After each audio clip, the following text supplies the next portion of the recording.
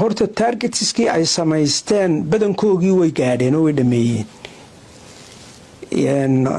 afartii qodob ay targetka ka dhigteen kii saddexaad wuxuu ahaa e-visa oo waa kan imika isaguna hirgalay waanu soconaya waanu hirgalayaa madaarkooga marka auditka ay baasaan ay certify gareeyaan madaar kale oo Soomaaliya oo wixii Soomaaliya isku oran jiray iyo Somalilandba madaar kale oo certified ma jirayo madaarka kaliya certified abu noqonaya single entry marka way dabaqayaan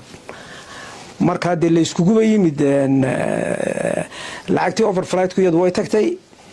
maxay ahaydey $60 ay qaadan jiray e-visa raaco isna uu tagay $12 oo tigidh kasta la socdo ka Hargeysa ka goosanaya la raaciyaa jiro iyaguna ay qaataan airport. Assalaamu alaykum wa rahmatullahi wa barakatuh saaxiibadeena meel kasto aad dunida dacaladeeda ka joogtaan soo dhawaada waa 27 Oktoobar sanadka 2025 war weyn oo farxad leh ayaan mar kale idin wadaa. dawladda Soomaaliya guushii weynayd ay ku gaartay nidaamka e-visa oo guud ahaan dalka Soomaaliya ka hirgalay waxaa la soo wadaa nidaam kale oo u sii qusgoynayo hadaladii ka soo yeerayay maamuladii Soomaaliyeed ee diidanaa nidaamkaasi waa in guud ahaanba dulimaadada caalamiga ah ay soo maraan hal garoon oo dunidu aqoonsan tahay kaas oo ah magaalada Muqdisho ee caasimadda Soomaaliya haddii laga cabaaday nidaamka e-visa oo isagu kaliya ah visa electronic loo soo dalbanayo diyaaradaha caalamiga ahna garoonka rabaan ay ka degayaan hadda diyaaradaha caalamiga ah oo dhan waxay soo marayaan garoonka aadan cadde ee magaalada Muqdisho ee caasimadda Soomaaliya hadda yeelsan hadaad aragtid ciro oo transit ku ah magaalada Muqdisho ee caasimadda Soomaaliya Cabdiraxmaan Ciro ama hogaamiyaasha kale ee Soomaalida ee diidan dawladda federaalka ama Jubbaland ama Puntland oo mataqaanay si toos ah u maraya magaalada Muqdisho transit ku ah mataqaanay hadda yeelsanina waxaan idin la wadaagi doonaa macnaha nidaamkan cusub ee hadda loo guuri doono muxuu yahay sida uu shaqeynaya af Ingiriisi maxaa lagu yiraahdaa nidaamkaasi qaabku u howlgalayo macuna qabatayn iyo cadaadis dawladda federaalku ay maamuladaas nacayb ay u qabto ay u sameynaysaa mise waa nidaam kale oo cadaadis kale oo dunida ka yimid saameynta Mareykanka uu ku leeyahay nidaamyadan degdeg ah ee Soomaaliya laga hirgelinayo waxa kalifay dhammaan xogahaasi oo dhan oo kumbileed ah baan halkan idin kula wadaagi doonaa soo dhawaada dhamaantiin warbixintan iyo muuqaalkanba fogeeya oo shargareeyo inta aanan wax badan oo war ah idin ku daalin bal hal mar aan idin tuso shakhsi ka soo jeedo beelaha Isaaq oo ku sugan xilligan Hargeyso nidaamkan aad u bartay mataqan aviationka oo xog kooban inaga siinayo qaabka xilligan wax ku socdaan iyo sida markaasi tallaabooyinkan loo qaadayo ila arka tan systemka adduunkana waxa ku jirta deebugan ayagu daabaceen baa ku jirta oo iyagoon Hargeysa joogin ay iska daabacdaan mana shaqaaliye wax weydiiyaan information ka qaataan dabadeedna way daabacaan marka Hargeysa Soomaaliya laga helaya way hadaba saaxiibayaal guushan idinkugu hambalyeynaya midda koowaad aan idin sharaxo wajiga labaad ee hadda la galay ee xasaasiga ah iyo nidaamkan hadda la rabo in la soo kordhiyo aan idin sharaxo kadib guushii dawladda Soomaaliya ay ku gaartay nidaamka e-visa waxa la galay wajigii labaad ee difaaca qarannimada dawladda federaalka Soomaaliya waxay si buuxda uga hirgelisay guud ahaanba dalkeena nidaamka e-visa oo lagu mideeyay socdaalka iyo xogta muwaadiniinta iyo ajnabiga soo galaysa dalkeena Soomaaliya waxa Janaayo 2026 la bilaabayaa sanadkan soo socda haday naftu gaarto nidaamka cusub ee af Ingiriisiga loo yaqaan single entry waa hanaan caalami ah oo dalalka amniga iyo maamulka socdaalku ku xoojiya hal marin oo kaliya oo caalami ah dunida oo dhan ba isticmaasha tanina waa talaabada labaad ee dawladnimo taas oo Soomaaliya dib ugu soo celinaysa in madax banaanidii iyo xakameyntii buuxday ee hawadeeda iyo sidoo kale markaasi duulimaadeeda ay iyadu gacanteeda ku hanato waxa muhiim ah marka in shacabka la fahamsiiyo nidaamkan in uusan ahayn cunaqabatayn ee uu yahay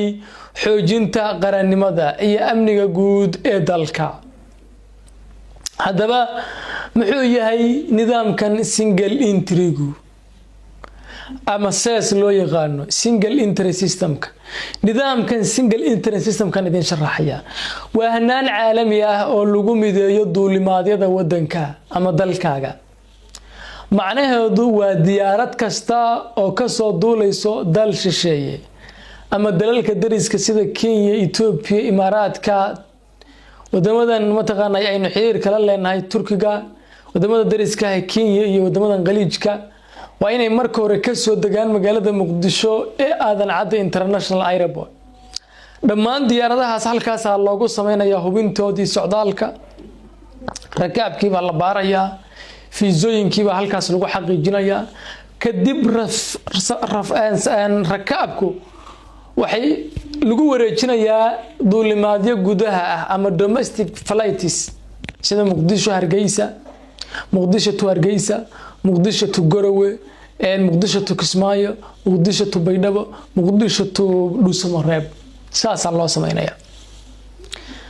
waxay marka meesha ka saaraysaa nidaamkan in garoomada maamul goboleedyada dalka iyo Somaliland oo awal rakaabku toos uga degi jiray iyo diyaaradaha caalamiga ahba aan la ogolaan doonin mar dambe in diyaaradaha caalami ah garoomadaasi ka degaan. haddaba waxaa jiray shuruudo loo baahnaa oo xilligan garoonka diyaaradaha Aadan Cadde lagu xujeeyay oo hadda gabagaba maraya. si nidaamkan u shaqeeyo waxyaadaha caalamiga ah ee hawadu ay dhowr qodob iyo farsamo ka codsadeen garoonka diyaaradaha Aadan Cadde howlwadeenadiisa. waa in la helo xarun dhexe oo border control ah oo xaruntaas oo dhammaan xogta socdaalka fiisooyinka lagu xaqiijinayo. xaruntaas oo laga sameeyo gudaha garoonka diyaaradaha Muqdisho, dowladda federaalkuna ay maamulayso. xaruntaas gabagabay maraysa sida la ii sheegay. in la helo xarun digital ah oo integration system la yiraahdo oo garoomada Hargeysa, Garowe, Dhuusamareeb iyo Baydhabo laga hirgeliyo. waa xarumihii hore uga jiray awalba, kuwaas oo la casriyeeyo.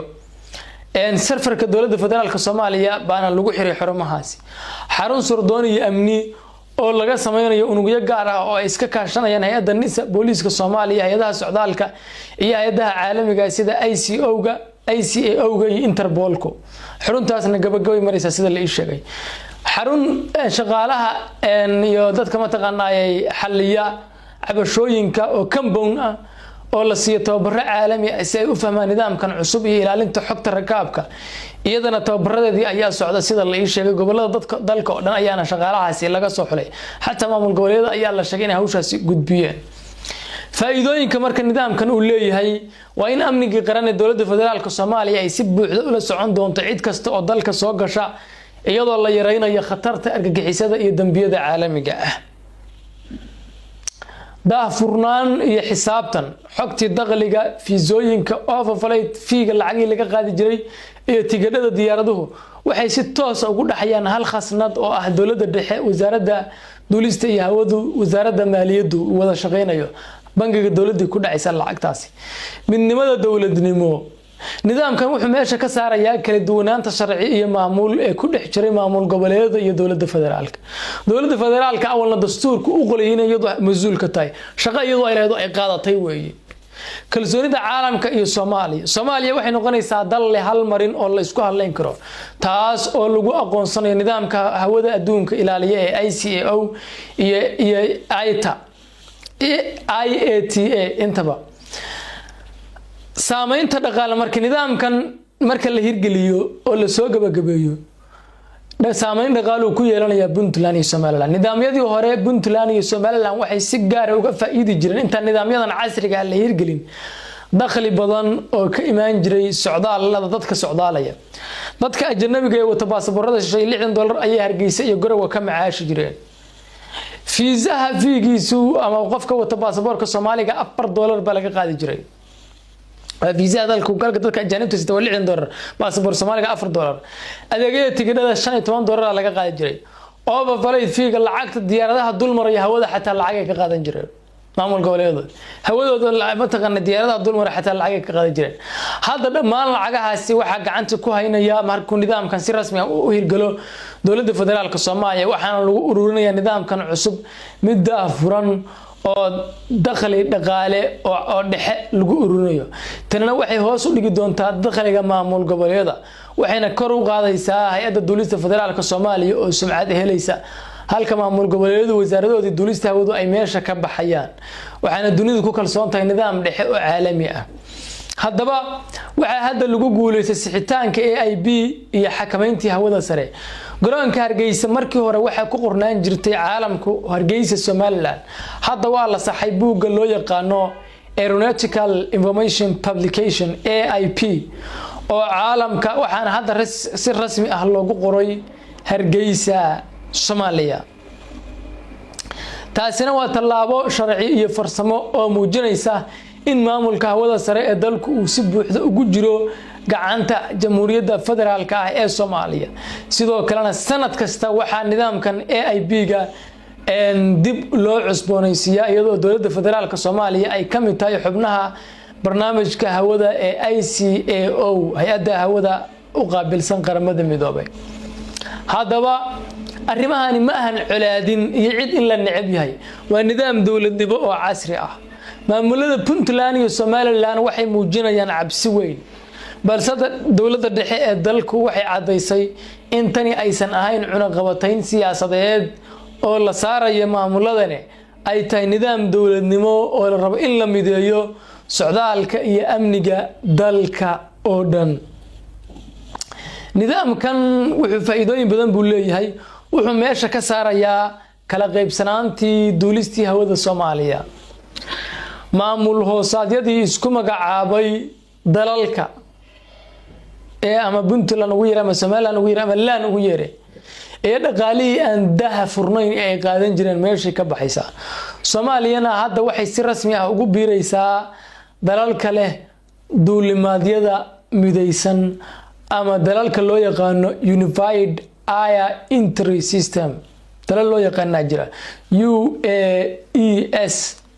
waxaana hal meel laga ogaan karaa qof kasta oo dalka Soomaaliya soo galo dhaqaalihiisa amnigiisa iyo sharci ahaantiisaba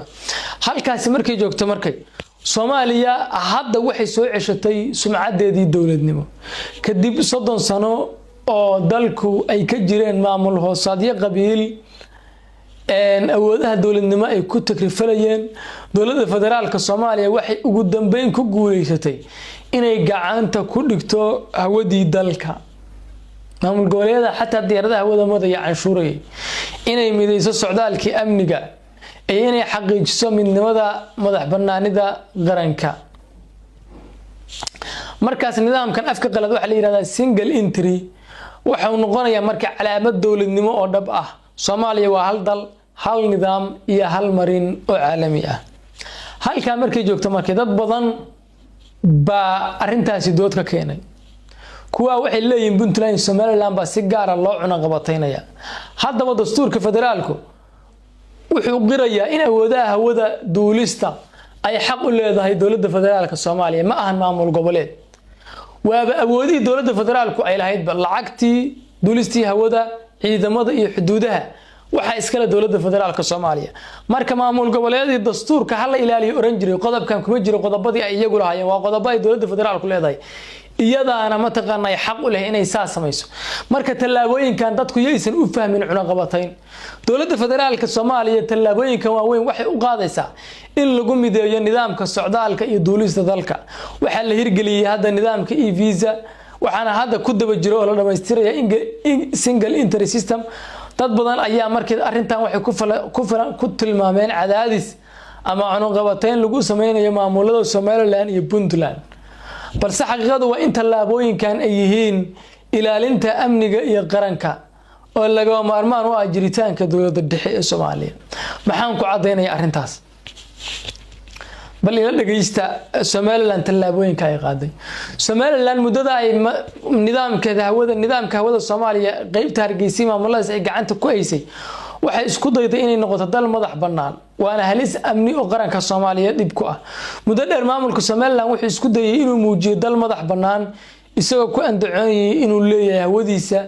iyo socdaal u gaara xataa wuxuu samaystay baasaboor iyo arrin khatar ku aqranka Soomaaliyeed laakiin xaqiiqadu waxay tahay in Somaliland hadda aysan lahayn aqoonsi caalami ah hawadii Soomaaliyana ay gacanta ku dhigtay dowladda federaalka Soomaaliya garoomadeeda iyo hawadeeduna waxay si sharci ah ugu jiraan gacanta dowladda federaalka Soomaaliya iyo nidaamkan aviationka dunida International Civil Aviation Organization haddaba waxa muujinaysa in waxa soo baxaysa xog muujinaysa in Somaliland ay hadda qorsheynayso in markaasi ay dalka si toos ah u soo geliso ajaanib iyo injineero madax bannaan oo shisheeye oo aan la ogeyn nidaamkan haddana uusan ogeyn ajaanibtaasna aysan marin nidaamka amniga iyo diiwaanka qaranka socdaalkiisa haddaba ajaanibtaas haday buuraha galaan ka war oo amniga dalka ay dhibaato u geystaan tanina waxay abuurtay markay halis amni oo ballaaran iyadoo dowladda federaalka Soomaaliya ay xilligan si dardar leh u hirgelisay markaasi ayna uga shaqeynayso Puntland markay iyadana aan u soo gudubna tabashooyinka ay qabto iyo tabashooyin Puntland iyada waxeedu waa iska diid macad Puntland hadda dagaal bay ku jirtaa 9 bilood waxa la ogaaday in sidoonkii Daacish buuraha caalamiskaada ay ajnabi u badnaayeen dhanka kale markay ciidamada Puntland iyo Puntland si guudba waxay wajahaysaa xaalad culus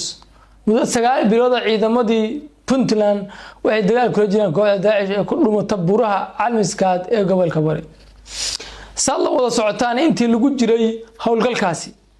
waxa la helay 58 baasaboor oo rag ajnabi ah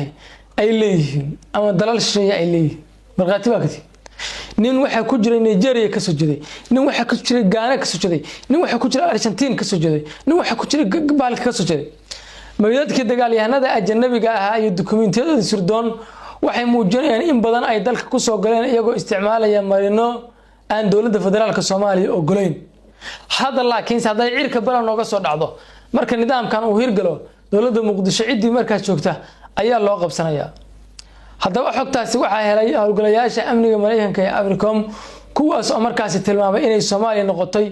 meel laga soo galo oo aan la xakameyn taas oo markaas keentay in Mareykanku uu si cad u sheego in xilligan loo baahan yahay in nidaamkaasi laga hirgeliyo guud ahaan Soomaaliya xataa Mareykanku iyadoo Puntland siyaasad ku mashquulsantay ayuu ku amray in dalka la qabsan doono dagaalkan Puntland uu qasab ku yahay inay gasho haddaba dhibaatooyinka keenay in mataqaanay nidaamkan la hirgeliyo taasa sabab ah Mareykanka markay hay'adaha caalamiga sida Interpolka iyo Afripolka waxay dowladda federaalka Soomaaliya ku cadaadiyeen in la hirgeliyo nidaam casri ah oo lagu xakameeyo socdaalka iyo visa iyo kuwa markaas fiisa la'aanta ah ee dalka markaas soo galay oo baasaboor Soomaaliga wato kuwaas oo tigid wad soo qaadanaya caqabadna kuwaas waxay ku yihiin dowladnimada Soomaaliya caqabad ku yihiin haddaba daawade qaybtooda markaas aragtidaada nugula wadaag adiguna